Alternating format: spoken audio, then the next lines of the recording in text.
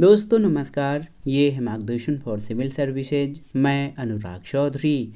दोस्तों, घटना चक्र सामान्य अध्ययन पूर्वावलोकन श्रृंखला में प्रस्तुत है भारत के भूगोल से संबंधित महत्वपूर्ण प्रश्नों का रिवीजन, जो विभिन्न प्रतियोगी परीक्षाओं के प्रीवियस ईयर्स में पूछे गए हैं। इस वीडियो में हम वर्षा और शीतकालीन वर्षा से संबंधित सभी महत्वपूर्ण प्रश्नों को रिवाइज करेंगे। तो आइए शुरू करते हैं आज का वीडियो। दोस्तों, पहला प्रश्न है, भारत की सर्वाधिक वर्षा मुख्यतः प्राप्त होती है उत्तर पूर्वी मानसून से, वापस होते मानसून से, दक्षिणी पश्चिमी मानसून से या संवहनिक वर्षा से। तो सही उत्तर हो जाएगा दक्षिण पश्चिम मानसून से भारत की सर्वाधिक वर्षा प्राप्त होती है। दोस्तों याद रखिएगा, मौसम विभाग द्वारा प्रस्तुत 2021 के आंकड़ों के अनुसार दक्षिण पश्चिम मानसून से भारत की कुल वर्षा का अधिकांश हिस्सा प्राप्त होता है और भारत में वास्तविक औसत वर्षण 1236.4 मिलीमीटर है और भारत में दक्षिण पश्चिम से 971.8 मिलीमीटर वर्षा होती है, जो कि दीर्घकालिक औसत वर्षण का 99% है। अगला प्रश्न बहुत ही महत्वपूर्ण है, उत्तर पूर्वी मानसून से सबसे अधिक वर्षा प्राप्त करने वाला राज्य कौन सा है, आपको बताना है। ये प्रश्न बहुत ही महत्वपूर्ण है। ऑप्शन है असम, पश्चिम बंगाल, तमिलनाडु या ओडिशा। तो सही उत्तर तमिलनाडु। दोस्तों, भारत में सितंबर महीने से मानसून का प्रत्यावर्तन या वापस लौटना शुरू हो जाता है और ऐसा सूर्य के दक्षिणायन होने के कारण IT से जेड यानी इंटर ट्रॉपिकल कन्वर्जेंस जोन के दक्षिण की ओर खिसकने के कारण होता है। इस क्रम में उत्तर पूर्व भारत से चलने वाली मानसून बंगाल की खाड़ी से आर्द्रता ग्रहण कर तमिलनाडु, विशेषतः चेन्नई में वर्षा करती है और उत्तर पूर्वी मानसून से तमिलनाडु की कुल वर्षा का 50 से 60% प्राप्त होता है। अगला प्रश्न है, निम्नलिखित राज्यों में किसमें अधिकतम औसत वार्षिक वर्षा होती है, आपको बताना है। ये प्रश्न भी बहुत ही महत्वपूर्ण है। देखिए, अरुणाचल प्रदेश, सिक्किम, केरल या जम्मू कश्मीर में। तो सही उत्तर अधिकतम औसत वार्षिक वर्षा इन विकल्पों में से सिक्किम में होती है। ऑप्शन बी आपका सही उत्तर है। दोस्तों, आप जान लीजिए कि ये जो विकल्प हैं 2021 के आंकड़ों को अगर जो हम देखें तो अरुणाचल प्रदेश में 2083.8 मिलीमीटर वार्षिक वर्षा, सिक्किम में 3043, केरल में 3606 और जम्मू कश्मीर में जो है ये 894.7। तो यहाँ पर आप देख सकते हैं कि देश में सर्वाधिक औसत वार्षिक वर्षा गोवा में 3947.2 मिलीमीटर होती है। अगला प्रश्न है, नीचे स्थानों के युग्म दिए गए हैं, उनमें ऐसा युग्म कौन सा है जिनके दोनों नगर लगभग एक ही अक्षांश पर अवस्थित हैं, फिर भी उनकी वार्षिक वर्षा की कुल मात्रा का अंतर सर्वाधिक सुस्पष्ट है। तो यहाँ पर बंगलुरु चेन्नई, मुंबई विशाखापट्टनम, अजमेर शिलांग, नागपुर और कोलकाता। तो सही उत्तर अजमेर और शिलांग। दोस्तों, अजमेर जो है 26 डिग्री 27 मिनट उत्तरी और शिलांग ये दोनों ही एक अक्षांश पर स्थित हैं, लेकिन भारत के वर्षा के आंकड़े 2021 के अनुसार अजमेर की वार्षिक वर्षा 587 मिलीमीटर है, जबकि शिलांग में जो पूर्वी खासी जिले में है 5160.8 मिलीमीटर वार्षिक वर्षा होती है। अगला प्रश्न है, एक मौसम विज्ञान केंद्र का औसत वार्षिक तापमान 26 डिग्री सेल्सियस है। इसकी औसत वार्षिक वर्षा 63 सेंटीमीटर है और इसके तापमान का वार्षिक परिसर 9 डिग्री सेल्सियस है। ये केंद्र कौन सा है, आपको बताना है। तो सही उत्तर ये चेन्नई है। दोस्तों, चेन्नई का औसत तापमान जाड़ों में 24 डिग्री सेल्सियस, गर्मियों में 30 डिग्री सेंटीग्रेड तक रहता है और यहाँ वर्षा औसत 60 से 70 सेंटीमीटर के मध्य रहती है और यहाँ वर्ष भर तापमान का औसत लगभग 26 डिग्री सेंटीग्रेड रहता है। प्रतिदिन न्यूनतम और अधिकतम तापमान का वार्षिक प्रतिशत जो है 8 से 9 डिग्री सेंटीग्रेड के मध्य रहता है। तो किसी नगर का तापमान के प्रश्न के तथ्यों से साम्य प्रदर्शित नहीं होता है। अगर देखें तो यहाँ पर सही उत्तर आपका चेन्नई होगा। अगला प्रश्न है, नीचे दिए गए भारतीय नगरों में से सामान्य वर्षा का सही अवरोही क्रम कौन सा है। तो उत्तर है कोच्चि, कोलकाता, पटना और दिल्ली। कोच्चि में अगर आप देखेंगे तो सबसे अधिक वर्षा इन विकल्पों में कोलकाता दूसरे स्थान पर, पटना तीसरे और दिल्ली चौथे पर। तो आप जान लीजिए दोस्तों यहाँ पर बहुत ही महत्वपूर्ण प्रश्न है कि कोच्चि एर्नाकुलम में है केरल में, कोलकाता, पटना और दिल्ली ये है भारत के अवरोही क्रम में ये जो विकल्प हैं इनका संयोजन। भारत में सर्वाधिक वर्षा मेघालय राज्य के मासिनराम नामक स्थान पर होती है। अगला प्रश्न है आम्र वर्षा या मैंगो शॉवर का संबंध किससे है? तो सही उत्तर आम्र वर्षा का संबंध आम की फसल से है। दोस्तों आम्र वर्षा कर्नाटक और केरल में होने वाली मानसून के पूर्व वर्षा फुहार है जो आम की फसल के लिए अत्यधिक लाभकारी होती है। ये वर्षा बंगाल की खाड़ी से उत्पन्न तूफानों के फलस्वरूप अप्रैल माह में होती है और इस वर्षा से आम की बौरें पेड़ से टूटकर गिरती नहीं है, इसलिए आम की फसल अच्छी होती है। अगला प्रश्न है भारत में सबसे कम वर्षा वाला स्थान कौन सा है? विकल्पों में देखिए लेह, बीकानेर, जैसलमेर या चेरापूंजी। तो सही उत्तर लेह। दोस्तों लेह में देश में सबसे कम वर्षा 4.17 सेंटीमीटर, बीकानेर में 32.84, जैसलमेर में 31.67, ये राजस्थान में सबसे कम जैसलमेर में होती है, और चेरापूंजी में 1100 सेंटीमीटर, मासिनराम में 1148 सेंटीमीटर। पहले चेरापूंजी देश ही नहीं बल्कि विश्व का सबसे अधिक वर्षा वाला स्थान था, वर्तमान में ये मासिनराम है। तो सबसे कम वर्षा लेह में होती है। और आप जान लीजिए 31 अक्टूबर 2019 से लेह केंद्र शासित प्रदेश लद्दाख में है। लेह, बीकानेर और जैसलमेर की वर्षा के आंकड़े ये जो दिए गए हैं 2021 के अनुसार थे। किस स्थान पर सबसे कम वार्षिक वर्षा होती है आपको बताना है? बेल्लारी, जैसलमेर, जोधपुर और लेह। तो सही उत्तर लेह हो जाएगा। अगला प्रश्न है चेरापूंजी कहाँ पर अवस्थित है? तो आप जानते हैं चेरापूंजी मेघालय राज्य में स्थित है और मासिनराम से पहले विश्व में सर्वाधिक वर्षा वाला स्थान चेरापूंजी था। अगला प्रश्न है भारतवर्ष में सर्वाधिक वर्षा, वार्षिक वर्षा या सर्वाधिक वर्षा कहाँ पर होती है आपको बताना है। तो सही उत्तर है भारतवर्ष में सर्वाधिक वर्षा वाला जो क्षेत्र है ये आप देख सकते हैं दोस्तों, पश्चिमी घाट, हिमालय क्षेत्र और मेघालय। ऑप्शन ए आपका सही उत्तर हो जाएगा।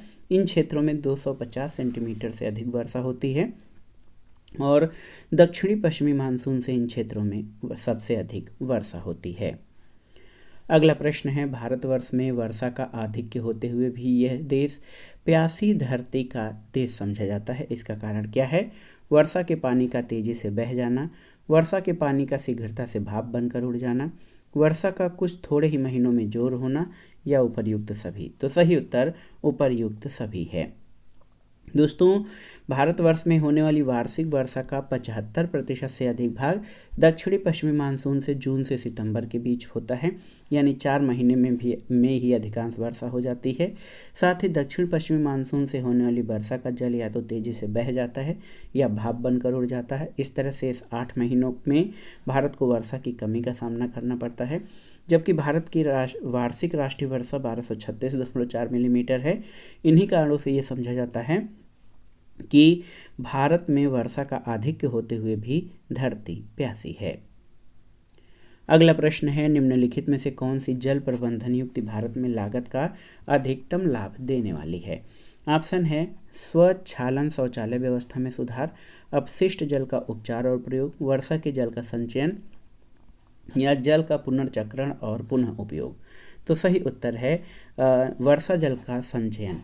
तो दोस्तों जल प्रबंधन युक्ति द्वारा वर्षा जल का संचय आसानी से बिना अतिरिक्त खर्च के टैंकर और बांध बनाकर किया जाता है। इसके द्वारा सतह का जल स्तर भी ऊपर आता है, जिससे जल की समस्या काफ़ी हद तक कम हो सकती है। तमिलनाडु इस मामले में अग्रणी राज्य है। इस प्रकार वर्षा के जल का संचयन जल प्रबंधन की वह युक्ति है जिसके द्वारा भारत में लागत का अधिकतम लाभ प्राप्त हो सकता है। अगला प्रश्न है निम्न में से भारत के किन क्षेत्रों में औसत 200 मिलीमीटर वर्षा होती है? तो यहाँ पर विकल्प आपके सामने दिए गए हैं। सही उत्तर आपका हो जाएगा जम्मू और कश्मीर। यहाँ पर जब ये प्रश्न पूछा गया था तो दोस्तों 20 सेंटीमीटर की औसत वार्षिक वर्षा जम्मू और कश्मीर में जासकर श्रेणी के उत्तर और राजस्थान के पश्चिमी भाग पर होती थी। लेकिन अगर समग्र राज्य के दृष्टिकोण से देखें तो जम्मू कश्मीर में 894.7 मिलीमीटर, असम में 2083.8 मिलीमीटर, बिहार में 1512.7 मिलीमीटर, पश्चिम बंगाल में 2202.7 मिलीमीटर, मणिपुर में 913.6 मिलीमीटर, त्रिपुरा में 1761.1 मिलीमीटर, ओडिशा में 1420 मिलीमीटर, केरल में 3606.3 मिलीमीटर, तमिलनाडु में 1376.7 मिलीमीटर और कर्नाटक में 1450.9 मिलीमीटर वर्षा होती है। अगला प्रश्न है, झारखंड में वर्षा किस मानसून से होती है, आपको बताना है। तो सही उत्तर, झारखंड में वर्षा दक्षिणी पश्चिमी मानसून से होती है। ऑप्शन बी आपका सही उत्तर है और ये वर्षा जून से सितंबर माह में होती है। अगला प्रश्न है, यहाँ पर मानचित्र दिया गया है और ये देखिए जो रेखांकित भाग है, रेखांकित भाग के बारे में पूछा गया है कि भारत के रेखांकित भाग में वार्षिक वर्षा का माध्य कितने से कितने तक घटता बढ़ता रहता है। तो सही उत्तर 100 से 150 सेंटीमीटर तक। दोस्तों भारत के औसत वार्षिक वर्षा मानचित्र को देखने से स्पष्ट है कि ये मानचित्र में जो रेखांकित भाग है यहाँ पर वर्षा 100 से 200 सेंटीमीटर माध्य वर्षा को प्रदर्शित करता है। अगला प्रश्न है, जब पुष्कर की पहाड़ियों में भारी वर्षा होती है तो बाढ़ कहाँ आती है। ये राजस्थान पीसीएस का प्रश्न है। तो याद रखिएगा, जब पुष्कर में भारी वर्षा होती है पुष्कर की पहाड़ियों में तो बालोतरा में बाढ़ आती है। बालोतरा पंचपद्रा क्षेत्र राजस्थान के पश्चिमी क्षेत्र की ओर ढलान पर स्थित है। अगला प्रश्न है, भारतीय मौसम विज्ञान विभाग की परिभाषा के अनुसार वर्षा का दिन वह होता है जब किसी विशेष स्थान पर इस वर्षा की मात्रा कितनी होती है। तो उत्तर है, वर्षा का दिन वो होता है जब 24 घंटे में 2.5 मिलीमीटर से ऊपर वर्षा होती है।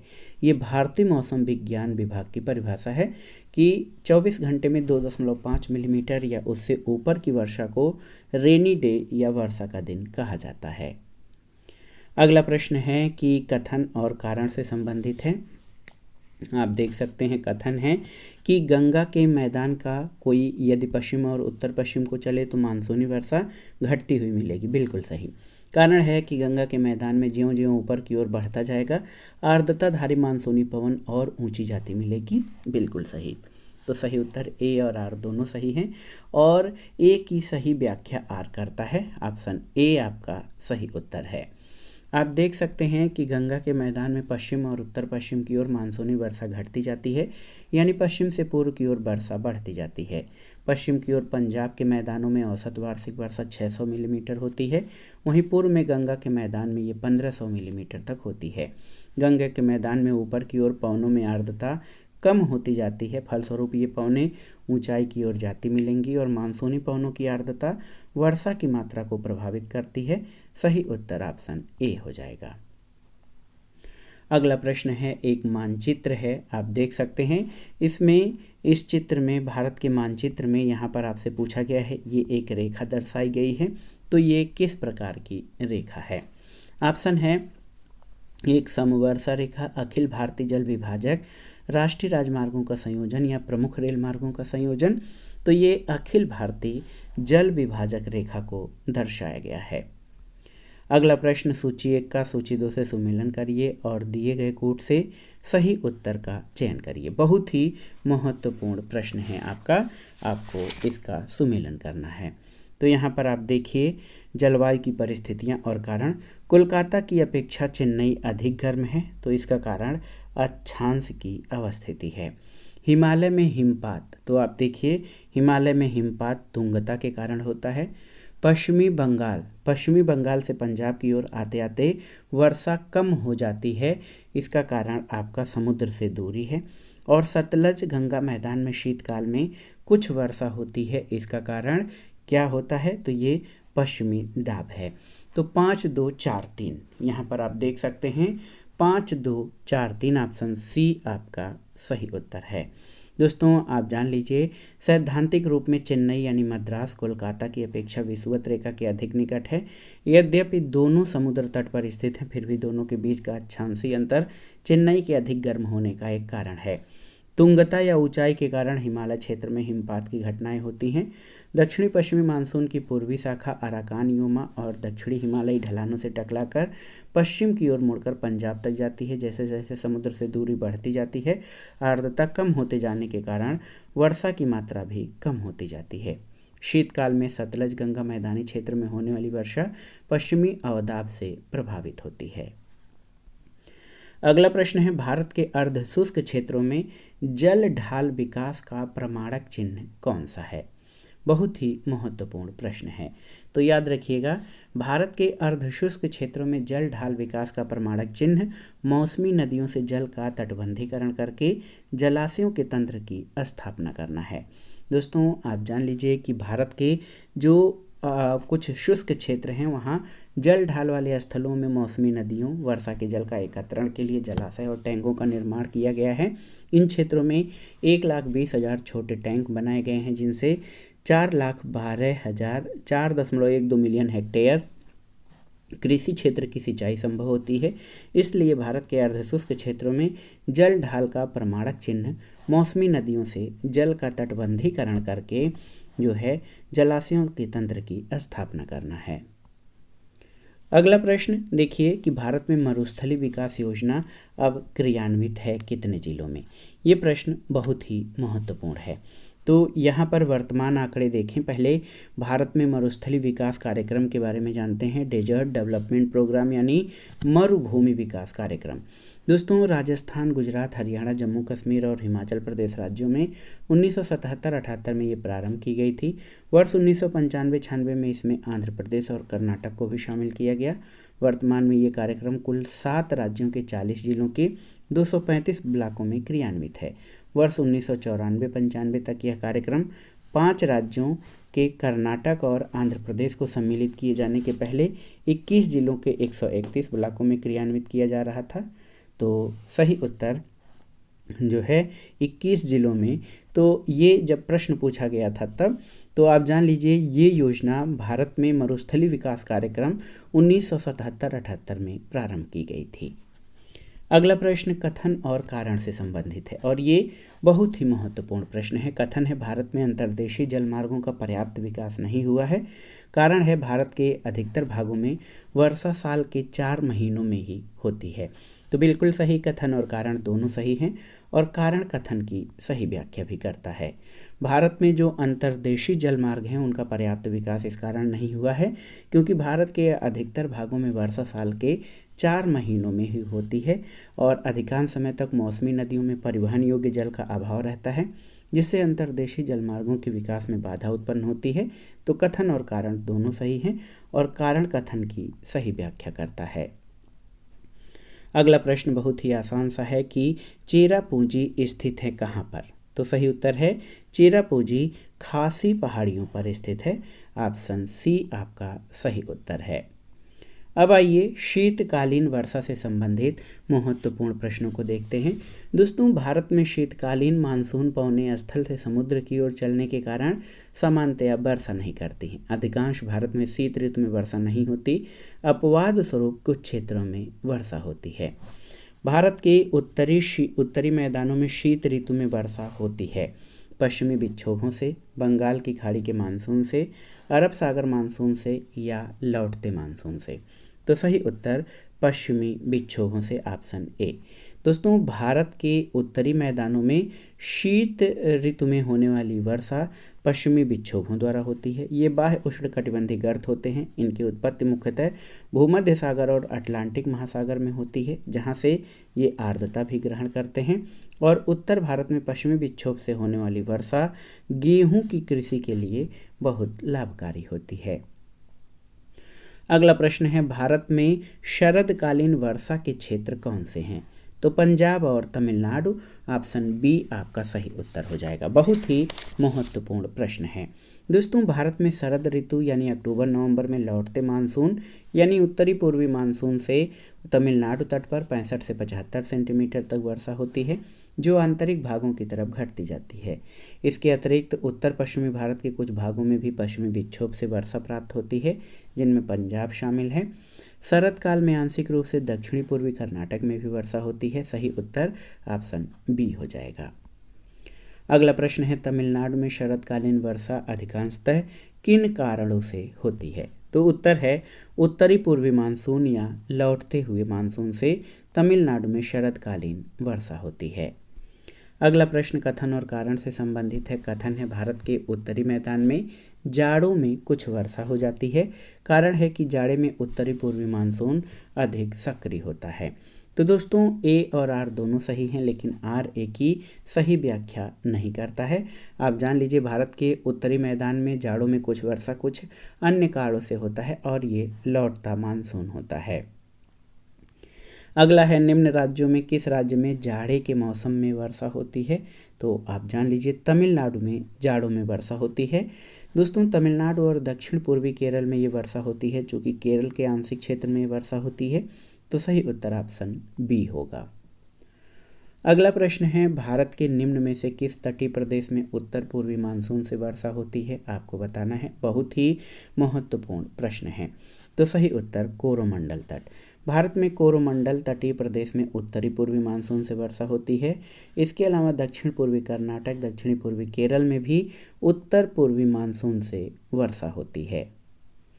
अगला प्रश्न है, प्रतिचक्रवाती स्थितियां शीत ऋतु में तब बनती हैं जब वायुमंडलीय दाब उच्च होता है और वायु ताप निम्न होता है।